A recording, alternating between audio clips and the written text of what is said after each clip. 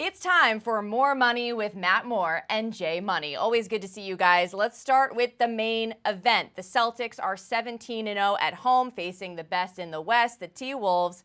Drew Holiday, Kristaps Porzingis, and Al Horford all questionable, but would the outcome of this game sway you on any futures, particularly for Minnesota, Jay?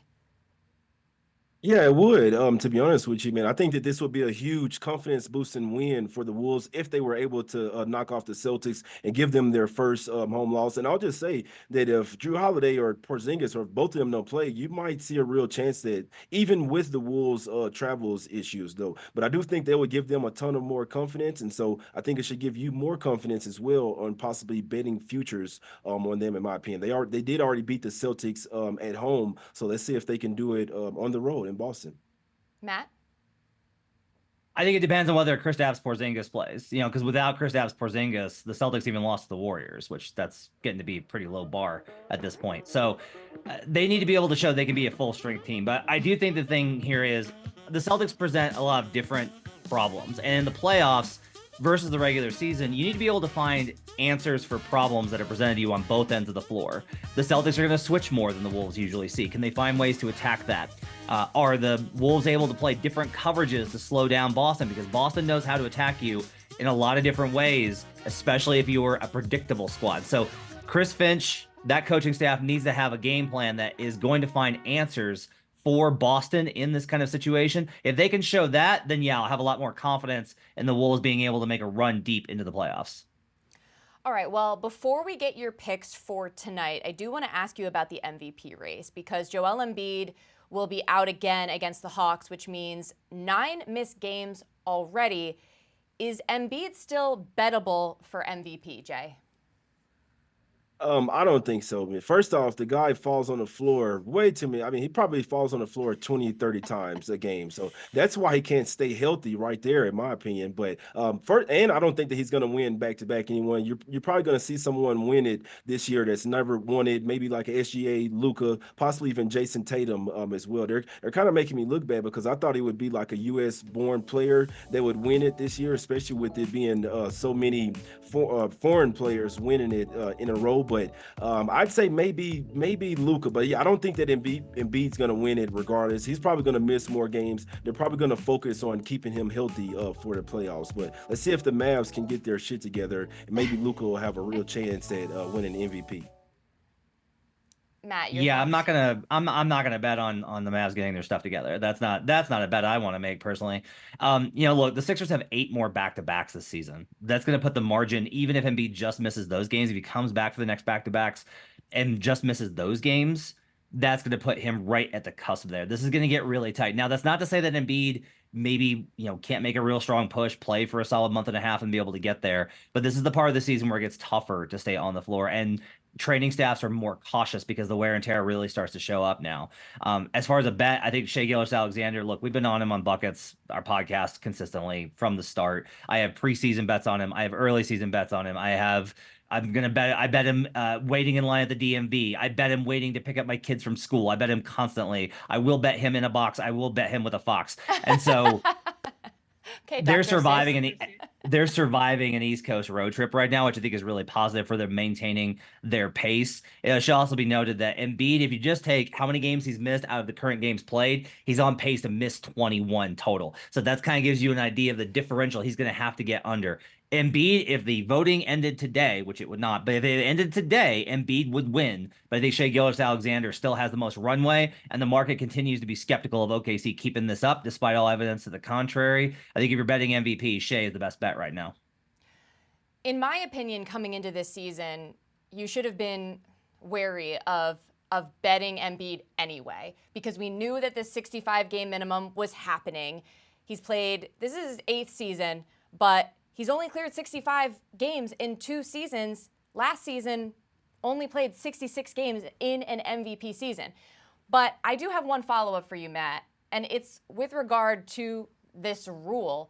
Is it really fair when it was essentially designed to prevent players from resting and people betting on these awards anyway were taking into account how many games missed? Because I look at somebody like a Tyrese Halliburton, who is going to miss a handful of games here with a legitimate injury. Now, if you wanted to bet him to win, say, comeback player of the year, if he comes back, even if he missed too many games, but he comes back and is far and away, the most qualified for an award, why should he not be allowed to win that if he missed games with a legit injury?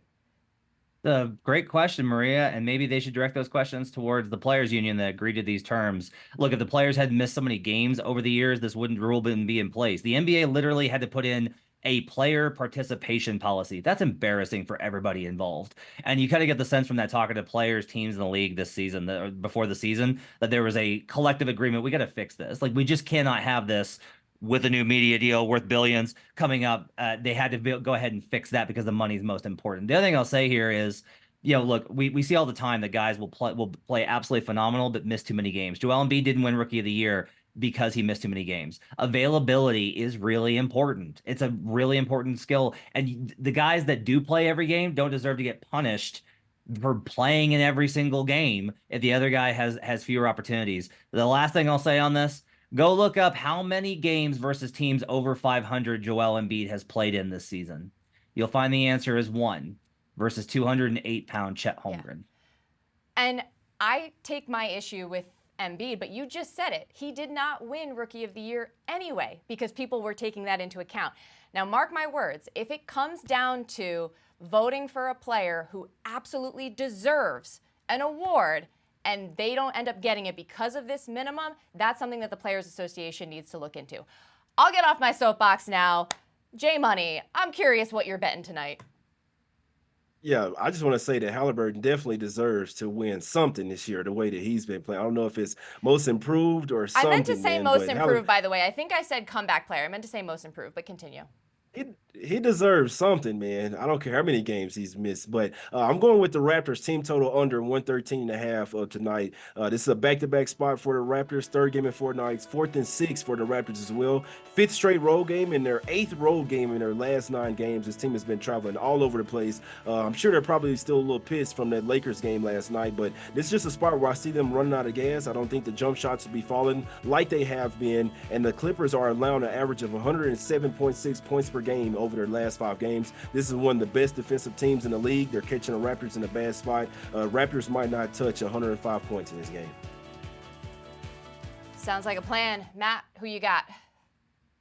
By the way, 3rd and 4 nights for the Clippers as well. This game's going to be ugly, so I like Jay's play there. I'm on the under in that game as well. My best bet for tonight is let's go to the worst game on the slate, Maria. There's nothing better than betting Spurs Pistons.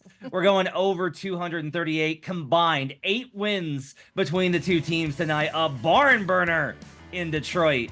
Detroit's 16th on offense, though, in the last 2 weeks. If you watch them, they're playing with better pace. Jaden Ivins has been playing well. Now, Cade Cunningham was a big part of that. He's out for a few games with a knee strain. But I still like how the Pistons have kind of shifted towards more of an offensive attack.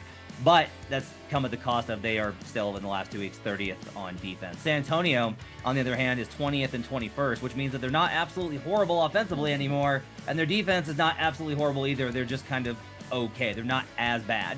Both teams, by the way, are top 5 in shortest offensive length of possession at dunksandthrees.com. That's literally seconds it takes for them to get a shot up. These two teams run, they gun. Neither of them can play defense. Neither of them can stop each other. They're both playing pretty well offensively. I project this game at 245. I like this game at any number. It's already up to 239 in the market. I'm going to like it at any number it lands. I'll take over 238 Spurs Pistons. Can't be afraid of the ugly bets tonight. Gentlemen, thanks so much for joining the show.